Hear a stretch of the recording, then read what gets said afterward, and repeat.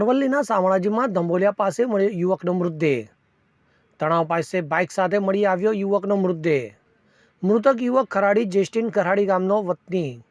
મૃતક યુવકના શરીરે ગંભીર ઇજાઓ મળી આવી જોવા તો યુવકની હત્યા થઈ હોવાનો પરિવારજનોએ કર્યો આક્ષેપ.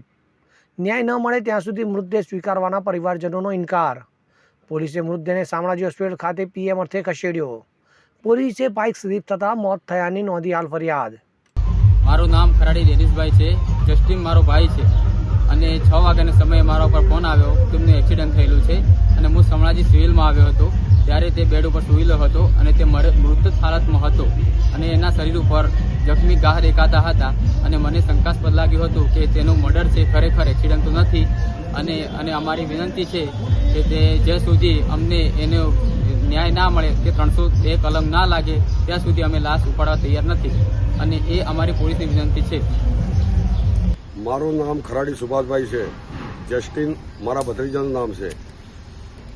ગઈકાલે કરીબ 6:15 વાગે અમને ફોન દ્વારા માહિતી મળી.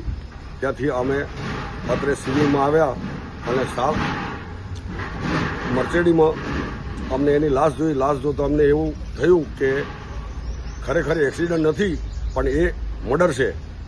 તો મારે નમ્ર અરજ છે પોલીસ ખાતાને 302નો ગુનો લાગુ કરે અને અમને એફઆઈઆર દર્જ કરી અમને આપે એક કોપી. અને મીડિયાને મારી નમ્ર અરજ છે કે અમને ન્યાય મળે એવી અમારી નમ્ર અરજ છે. અને ત્યાં સુધી અમે બોડી લઈ જવા તૈયાર નથી એવી મારી નમ્ર અરજ છે. હવે જુઓ દેશ દુનિયાની તમામ ખબરો તમારી આંગળીના ટેરવે. ઉઠાવો મોબાઈલ અને ગૂગલ પ્લે સ્ટોર પરથી ડાઉનલોડ કરો અમારી CN24 ન્યૂઝ મોબાઈલ એપ.